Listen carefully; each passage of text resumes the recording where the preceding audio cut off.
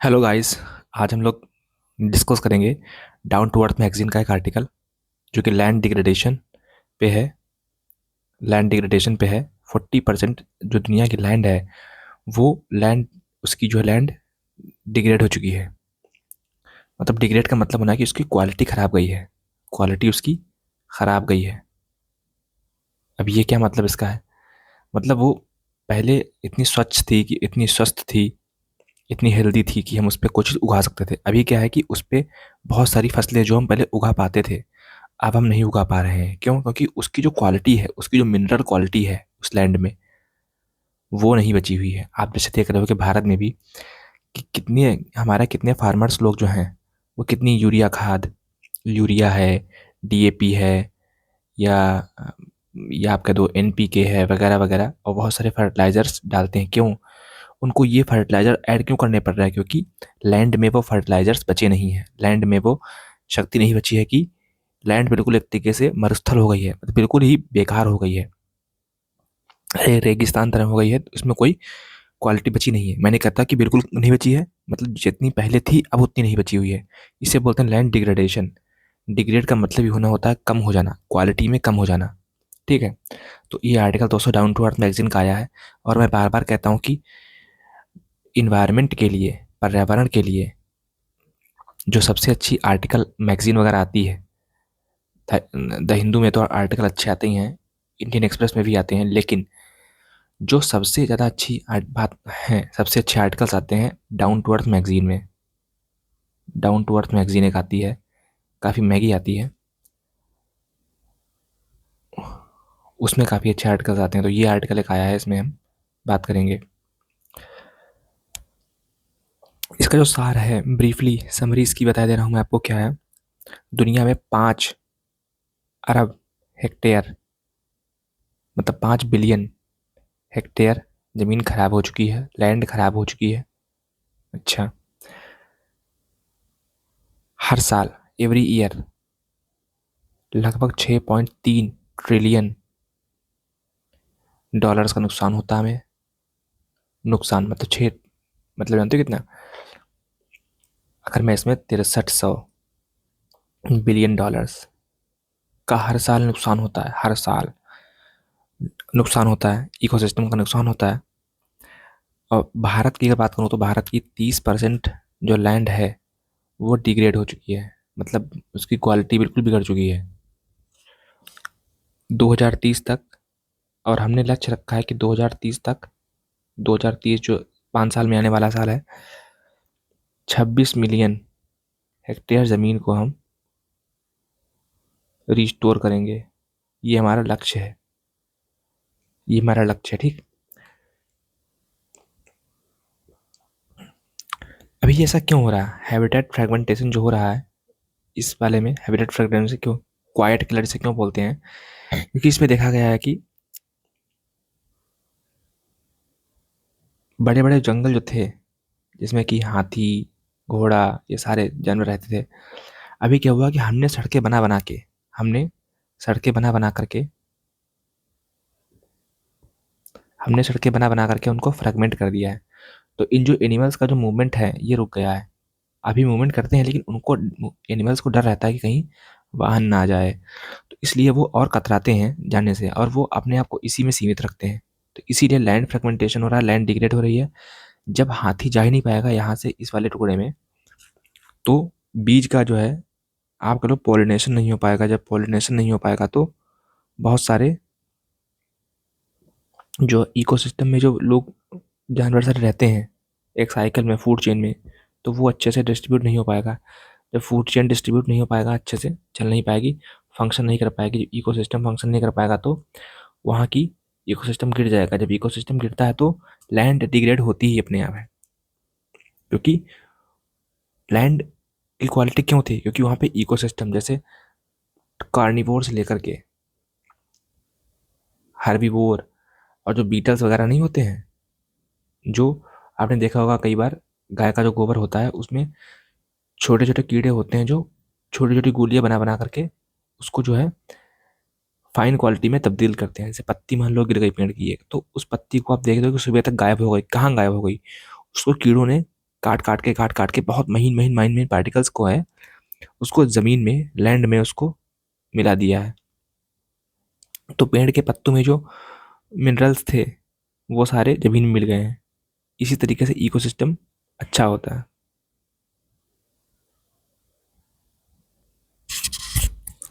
ठीक है, तो यही होता है कि टुकड़े में बट गया है। इस वाले पॉइंट नंबर 2 में बताया गया है। इससे क्या होता है, वाइल्ड लाइफ मूवमेंट, इवन वही हाथी सब रुकते हैं, वाइल्ड लाइफ मूवमेंट, और इनब्रीडिंग बढ़ती है कि इस इस जंगल मान लो इतना बड़ा था, तो इसके इतने टुकड़े थे, ऐसे ऐसे टुकड़े कर दिए। क्यों? क्योंकि सड़कें बना दी गई हम लोगों ने, हम इंसानों ने सड़कें बना दी वहाँ पे। अभी हो क्या रहा है कि जो इस टुकड़े के हिरन जो हैं वो आपस में मैक्सिमम ब्रीडिंग करते हैं, मतलब बच्चे पैदा करते हैं आपस में, तो इनब्रीडिंग बढ़ गई है। तो इसलिए जो है वहाँ पे पॉपुलेशन में डिक्लाइन आया है, इसलिए भी पॉपुलेशन डिक्लाइन होता है। इससे क्या होता है कि स्पीसीज़ को एक्सटेंट होने का खतरा बढ़ता है और बीमारियां फैलती हैं, पैंडेमिक वगैरह वगैरह। हम अपने तरफ से तो बहुत सारे स्टेप्स लेते हैं, गवर्नमेंट स्टेप लेती है वाइल्ड लाइफ कंजर्वेशन एक्ट के तहत, हम लोग कंजर्व करते हैं और बहुत सारी देखभाल करते हैं।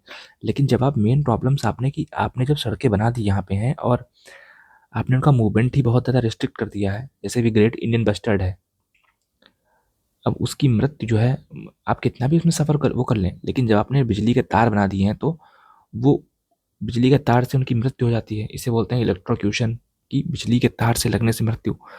तो मेन दिक्कत ये है कि हमारा जो सिस्टम है कि हम जंगल से अपनी तार वार बिजली, ऐसा करते क्यों हैं? ऐसा करते इसलिए हैं क्योंकि जो हमारी कंपनीज जो हैं, जो तार बनाती हैं, जो जो तार जो फैलाती हैं, बिजली के तार फैलाती हैं, अब अगर वो शहर से ले जाएंगी तो उनका बहुत तार खर्चा होगा, खर्चा बहुत होगा। तो कहते हैं चलो जंगल से पास कर दो, तो उनको उनका खर्चा बच जाता है। तो यहाँ पर चीप उनको पड़ता है बिजनेस। तो ये काफ़ी, ये आपका तो इकोनॉमी यहाँ पे ये बात आती है इकोनॉमी की, तो हम लोग अपना वो सब सिस्टम बेकार कर रहे हैं इसीलिए। अब पता है कि जब एक कि जब एक जानवर, जंगल था ये पूरा, और हमने जब इसको फ्रेगमेंट कर दिया, तो यहाँ पर जो स्पीसीज़ थी, हो सकता है कि इस वाले स्पीसीज़, ये जो स्पीसीज़ यहाँ पे है, ये स्पीसीज़ हो सकता है कि इसको मार सकती थी, लेकिन अब चूंकि फ्रेगमेंटेड हो गया मामला, तो यहाँ पर जो बहुत सारे वायरस बैक्टीरिया निकल के आएंगे, अब उनको खाने वाला कोई है ही नहीं, उनको मतलब कंज्यूम करने वाला कोई है ही नहीं। तो अब क्या होगा कि इससे क्या होगा कि इससे बहुत सारा, आप कह लो कि पैंडेमिक का खतरा रहता है, बीमारियों का खतरा रहता है। तो पैंडेमिक का भी खतरा होता है यहाँ पे। चीन में यही एक्चुअल में हुआ था। अभी लैंड डिग्रेडेशन क्या के मुख्य कारण क्या है? लैंड डिग्रेडेशन के मुख्य कारण ये है कि खेती गलत तरीके से की जा रही है। खेती का तरीका ही गलत है दोस्तों। तरीका गलत क्या है खेती का? कि ज़्यादा इरिगेशन, ज़्यादा पानी लगाना खेतों में, ज़्यादा पानी लगाना खेतों में, उससे क्या होता है कि सैलिनाइजेशन बढ़ती है, मतलब नमक ज़्यादा उसमें आ जाता है। ये कहाँ पाया गया है? पंजाब और हरियाणा क्षेत्र में खूब पाया गया है ये। आपको पता है कि जिस तरीके से हाईवे भी बन रहे हैं, वो भी एक लैंड डिग्रेडेशन के मुख्य कारण है। पहला कारण ये है, दूसरा कारण ये है कि हाईवे, रेलवे वगैरह हम खूब गुजारते हैं, मालगाड़ी वाला, तो ये भी है, हाईवे हो गया, रेलवे हो गया, ये गुजारते हैं। तीसरा कारण है क्लाइमेट चेंज। अब क्लाइमेट चेंज में जो बहुत सारे फैक्टर्स मैं आपको बता चुका हूँ पहले भी, और किसी दिन मैं इस पे एक टॉपिक लाने वाला हूँ जो कि आपको पूरी तरीके से कंप्लीटली पिक्चर बताएगा इसकी। लेकिन चलो तब तक के लिए मान लो कि क्लाइमेट चेंज, बहुत ज़्यादा बारिश कहीं पे हो गई, मान लो पहले क्या था कि ये मान लो टुकड़ा, तो हर जगह बारिश थोड़ी थोड़ी होती थी, तो पानी अपना मरे। अभी क्या है कि एक टुकड़े में बारिश बिल्कुल नहीं हो रही है, एक टुकड़े में बहुत बारिश हो रही है, इतनी हो रही है कि वो निगेटिव इम्पैक्ट डालता है। टॉप सॉइल जो है, जो मिनरल, जो टॉप सॉइल थी, जहाँ पर मिनरल वगैरह थे, क्यों थे? क्योंकि आपको बताया ना कि वो छोटे छोटे कीड़े मकोड़े जो हैं, पेड़ से पत्ती गिरी। देखो ये क्या है, यहाँ पे मान लो पेड़ है यहाँ पे ऐसे, अभी पेड़ जो है न्यूट्रिएंट्स कहाँ से लेता है? वो बहुत गहरे उसकी जड़ें होती हैं, तो बहुत गहराई से वो न्यूट्रिएंट्स, है ना, सल्फर, आयरन वगैरह वगैरह ये सब देता है। अब पत्तियों में जाता है सल्फर, आयरन वगैरह वगैरह, ठीक है। अब ये सारे मिनरल्स इसमें पेड़ में है। अब ये पेड़ की पत्ती गिरती हैं, तो गिरती ज़मीन पर है, तो अब पेड़ की पत्ती गिरी तो यहाँ पे जो कीड़े मकोड़े होते हैं उन पत्तियों को काट काट के मिट्टी मिला देते हैं। तो अभी जो नीचे का जो मिनरल है, जो जो डीप जो लैंड में जो मिनरल फंसा हुआ था, वो इन पेड़ों के माध्यम से वो अब मिनरल जो है टॉप सॉइल में मिल गया। जब टॉप सॉइल में मिनरल मिल जाता था तब खेती वगैरह काफ़ी अच्छी होती थी, कीड़े मकोड़े नहीं लगते थे। अभी क्या हो रहा है कि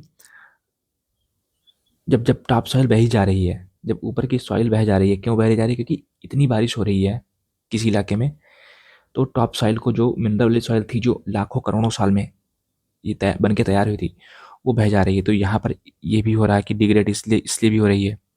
एक कारण ये भी, थर्ड कारण ये भी है कि क्लाइमेट चेंज से क्या हो रहा है कि टॉप सॉइल जो है वो बह जा रही है। ओवर ग्रेजिंग, हालांकि इतना अब नहीं रह गया है ओवर ग्रेजिंग। ये क्या है? ओवर ग्रेजिंग क्या है? आपको पता है जैसे मीट इंडस्ट्री हमारी है, मीट इंडस्ट्री क्या कर रही है? मीट कंजम्पशन भारत में बढ़ रहा है, भारत में क्या दुनिया भर में बढ़ रहा है। तो मीट कंजम्पशन के लिए पोल्ट्री फार्म, जो बकरी है, भैंसा है, ये सब इनको पालने के लिए आपको चारा वगैरह बोना पड़ेगा। तो चारा वगैरह बोते लोग हैं, ग्रेजिंग करवाते हैं, तो उससे भी बड़ा फ़ायदा पड़ता है। तो ये 4 चीज़ें हैं, ये बहुत खतरनाक रूप से। अब दोस्तों नेशनल सिक्योरिटी का मुद्दा कैसे है ये? फसल 50% तक फसल का वजन घट जाता है फूड सिक्योरिटी की वजह से। क्लाइमेट चेंज, आप पता है कि खराब मिट्टी जो होती है, जो लैंड डिग्रेडेड होती है, जो लैंड बेकार गई है, वो कार्बन ज़्यादा मात्रा में फेंकती है एटमॉस्फेयर की तरफ। तो ये भी एक तरीके से कार्बन हमारा बढ़ रहा है। अब ऑक्सीजन पेड़ से आ रहा है तो कार्बन डाइऑक्साइड बन गया, तो CO2। अब CO2 क्या हो रहा है? ये हमारी एक हार्मफुल गैस है। दिल्ली जैसे शहरों में ये जो है काफ़ी खतरनाक बन जाती है यहाँ पे।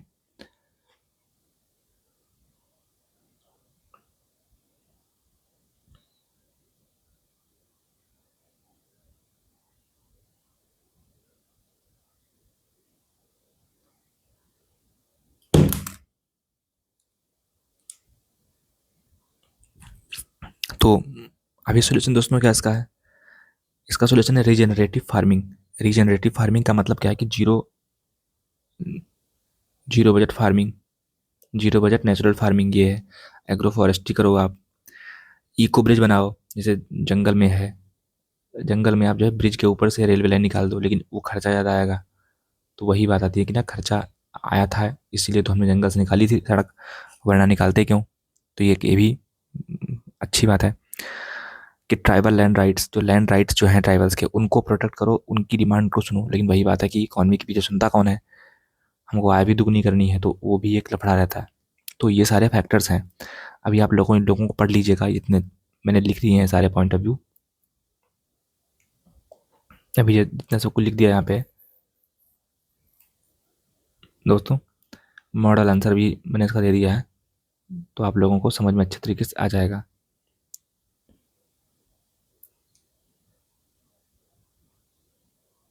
ये मैंने मॉडल आंसर इसका दे रखा है। तो अभी मैं पढ़ दे रहा हूँ कि पहली बात तो ये माइक्रो स्टैट जो है, स्टैटिस्ट बता रहा है कि कितना खतरा है यहाँ पे। तो स्केल बता रहा है डिग्रेडेशन का, ये $5 बिलियन बता चुका हूँ मैं आपको। इकोनॉमिक इम्पैक्ट कितना है? 6.33। फिर इंडिया में सिनेरियो कितना है कि 26 मिलियन हेक्टेयर को हमको 2030 तक जो है उसको बॉर्न चैलेंज के तहत रिकवर करना है। हैबिटेट फ्रेगमेंटेशन क्या है कि एज इफेक्ट खत्म हो जाता है, ठीक है, जेनेटिक आइसोलेशन हो जाता है, zoonotic slow spill over, pandemic type की चीज़ आती है इसमें है। अभी यूपीएससी के द्वारा मल्टीपल जो है मल्टी सेक्टोरल व्यू क्या है कि अनसस्टेनेबल एग्रीकल्चर, वहीं की ओवर इरिगेशन, ज़्यादा पानी लगाना, ये सैलिनाइजेशन को लीड करता है। पंजाब हरियाणा में देख सकते हो आप लोग।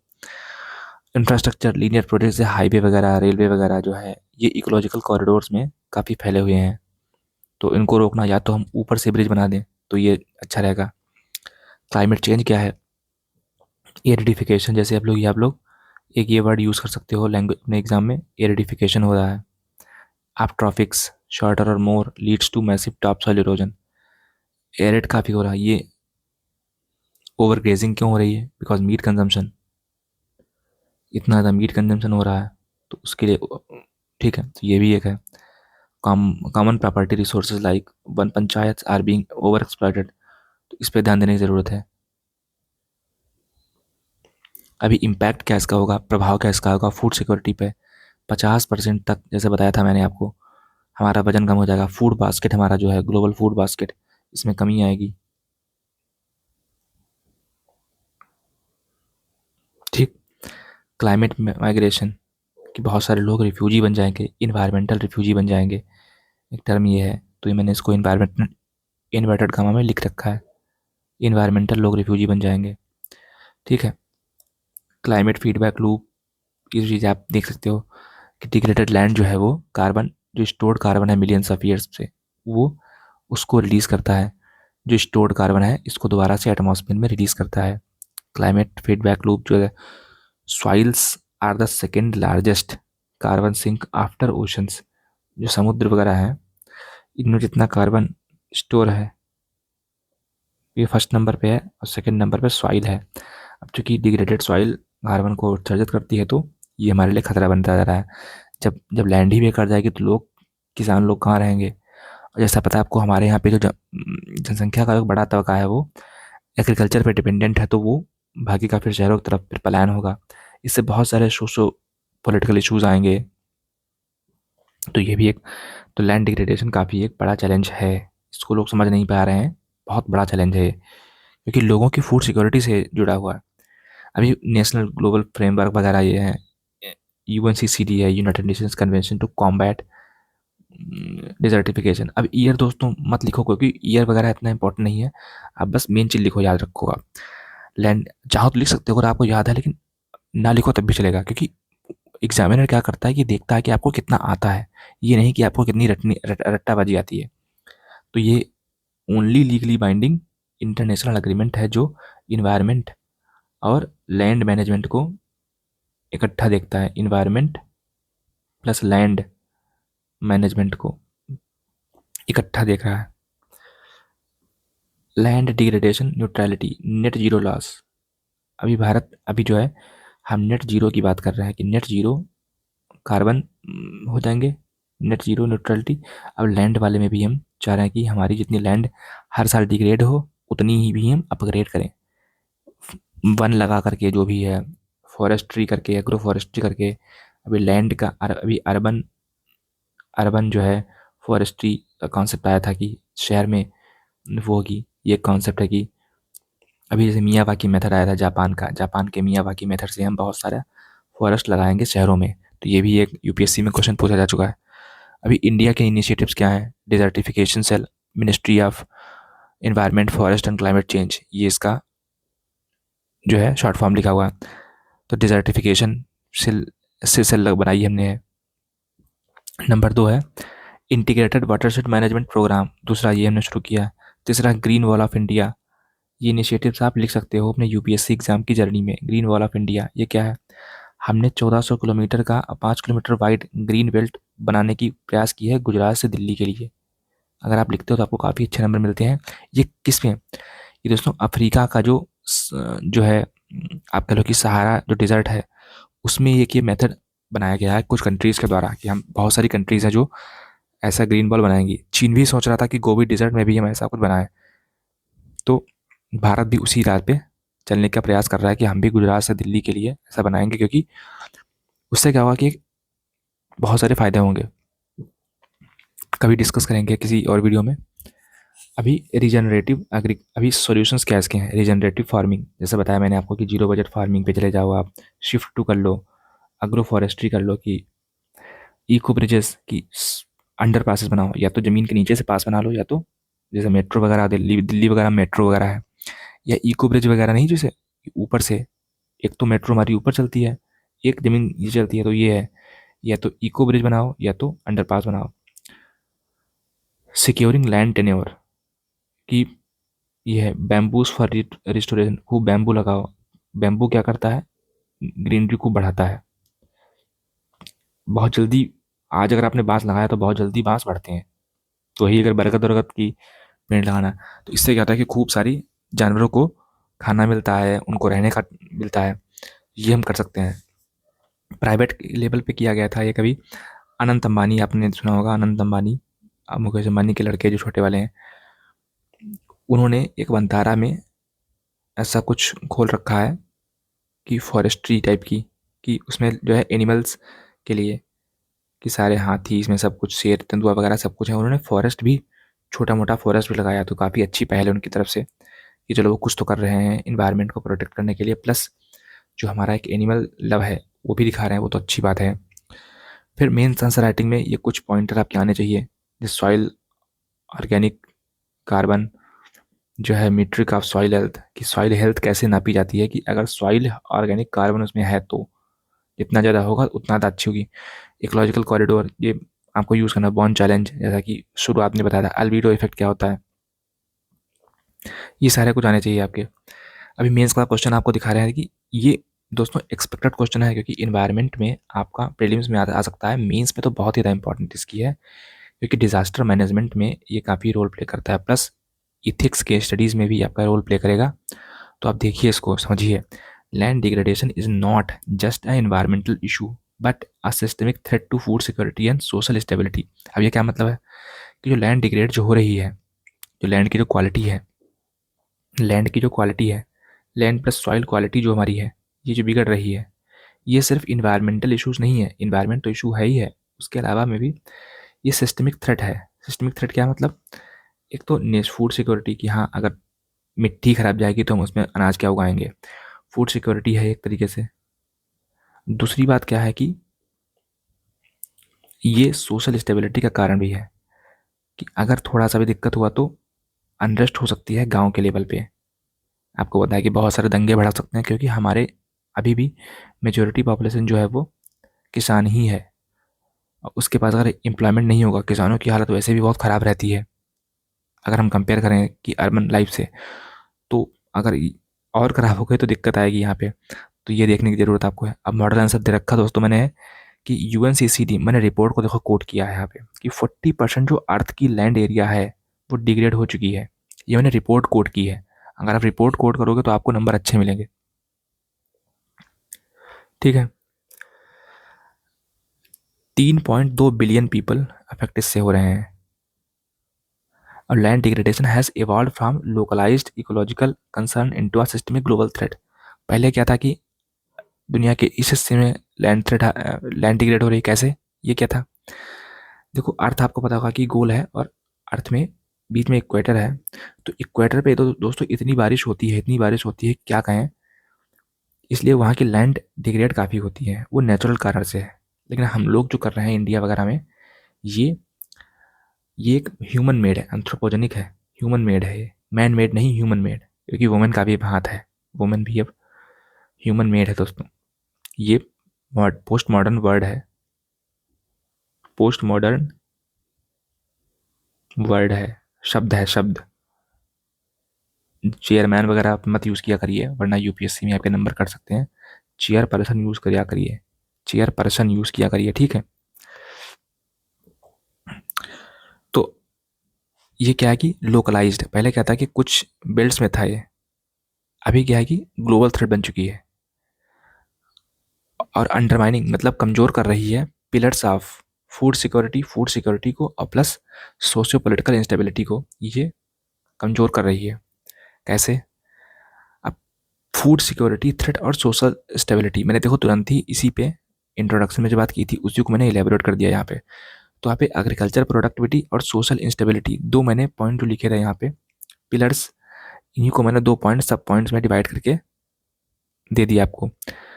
अभी क्या है कि land degradation leads to loss of top soil, जो समझाया मैंने आपको, और soil organic carbon, reducing global crop yield, yield का मतलब पैदावार, और क्रॉप का मतलब फसल, जो फसल पैदावार है वो 10% से रिड्यूसिंग अप टू 10%, और 30% जो है लैंड अंडर डेजर्टिफिकेशन है।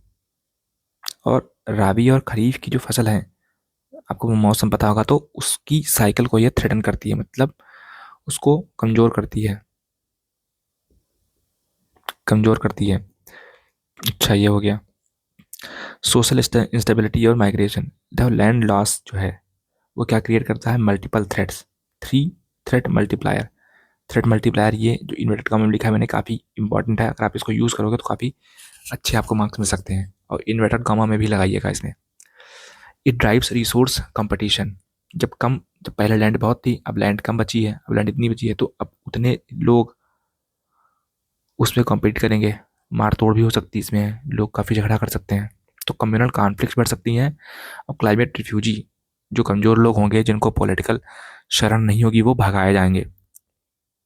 तो यूएनसीसीडी बोलती है कि 135 मिलियन डिस्प्लेस किए जा सकते हैं 2030 तक।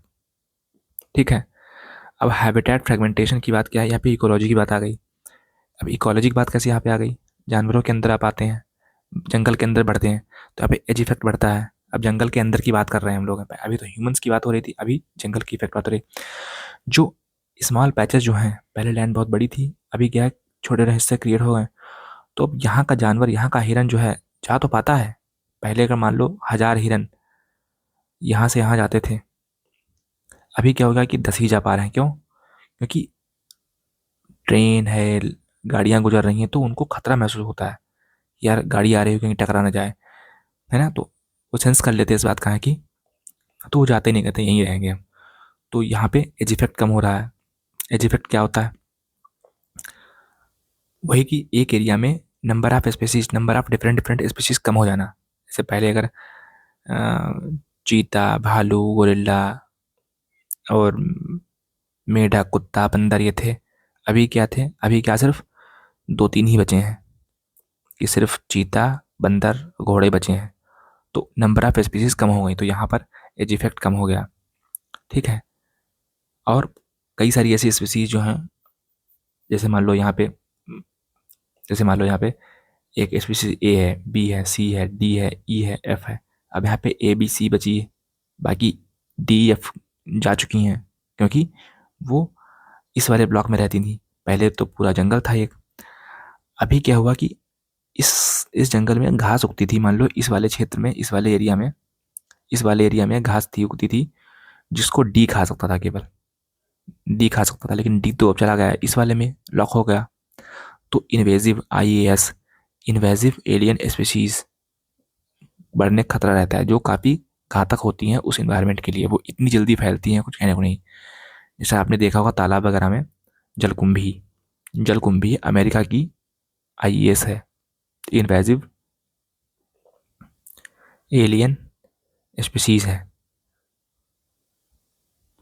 अब दोस्तों, स्पीशीज जो है, ये सिंगुलर भी है और प्लूरल भी है, दोनों वर्ड हैं। अगर आपको ये सब सीखना है, तो मेरा इंग्लिश कोर्स इसी चैनल पे आया है, तो उसको भी आप देख सकते हो, काफ़ी अच्छा है। उसमें आपको पूरी इंग्लिश सिखाई जाएगी। बहरहाल चलते इस टॉपिक में। जेनेटिक आइसोलेशन, जब पता है कि जब यहाँ पे 3 ही, पहले मतलब इस एरिया में 12 प्रकार के, अगर 12 टाइप्स के अगर हिरन रहते थे, अभी केवल 2 टाइप के रह गए हैं। तो अभी जो ब्रीडिंग करते थे वो लोग, उससे बच्चा पैदा होता था, तो जेनेटिक पूल कम उनका हो गया, मतलब उनकी जेनेटिक्स काफ़ी वीक हो जाएंगी, उनमें बीमारी खतरा काफ़ी बढ़ेगा। तो यही है, जूनोटिक स्पिलओवर, बीमारी काफ़ी बढ़ने की संभावना है। निपा वायरस, कोविड-19, चीन वगैरह में देखो आप, पहले वुहान से यही सिस्टम हुआ था कि जैसे, तो यहाँ पर भी वो हो सकता है। अब role of land degradation neutrality, अभी SDG टारगेट आपको पता है नीति आयोग ने दिया है, तो उसमें 15.3 जो टॉपिक नंबर है, वो कहता है हेल्थ, जो लैंड की हेल्थ है उसको सुधारना। तो लैंड सस्टेनेबल लैंड मैनेजमेंट, ये बनाना हमको है। क्लाइमेट मिटिगेशन, इकोनॉमिक रेजिलियंस, कि लैंड रिस्टोर करेंगे और उससे बहुत बेनिफिट होगा, ये पॉइंट है। क्लाइमेट मिटिगेशन, बहुत सारी कार्बन सिंक बनाई जा रही हैं वगैरह वगैरह, आप लोग पढ़ लेना, इसमें काफ़ी डेप्थ में है। अब यहाँ पे कंक्लूजन क्या है, land is a finite source. हम लोग कोट में गांधी जी की कोट भी यहाँ पे इस्तेमाल कर सकते हैं चाहो तो, मैंने यहाँ पे सिंपल सा एक दे दिया है। It's degradation represents ecological debt, मतलब कि ये इकोलॉजिकल चुनौती हमारे पास है, ऐसा बोला जा रहा है यहाँ पे। डेट का मतलब कर्ज हो रहा है। We are passing to for future generations achieving land degradation neutrality is not just a environmental goal but prerequisite for national security and poverty alleviation। ये पावर्टी को ख़त्म करने के लिए और नेशनल सिक्योरिटी को बचाने के लिए भी एक गोल है। ये सिर्फ इन्वायरमेंटल गोल ही नहीं है। तो विकसित भारत अगर बनाना हमें है तो हमें लैंड डिग्रेडेशन की जो है समस्या को ख़त्म करना होगा। उसमें बहुत सारी मिनिस्ट्रीज़ को हमें शामिल करना पड़ेगा, बहुत सारे एनजीओज़ को शामिल करना पड़ेगा, प्लस ग्लोबल एक्सपर्ट्स को भी लाना पड़ेगा हमें, और प्लस यूनाइटेड नेशंस को भी लाना पड़ेगा। तो हमें होलिस्टिक अप्रोच लेनी पड़ेगी। तो ये आपका एक बेस्ट आंसर था जो कि आप इसको अचीव कर सकते हो, काफ़ी अच्छे मार्क्स पा सकते हो इसमें आप।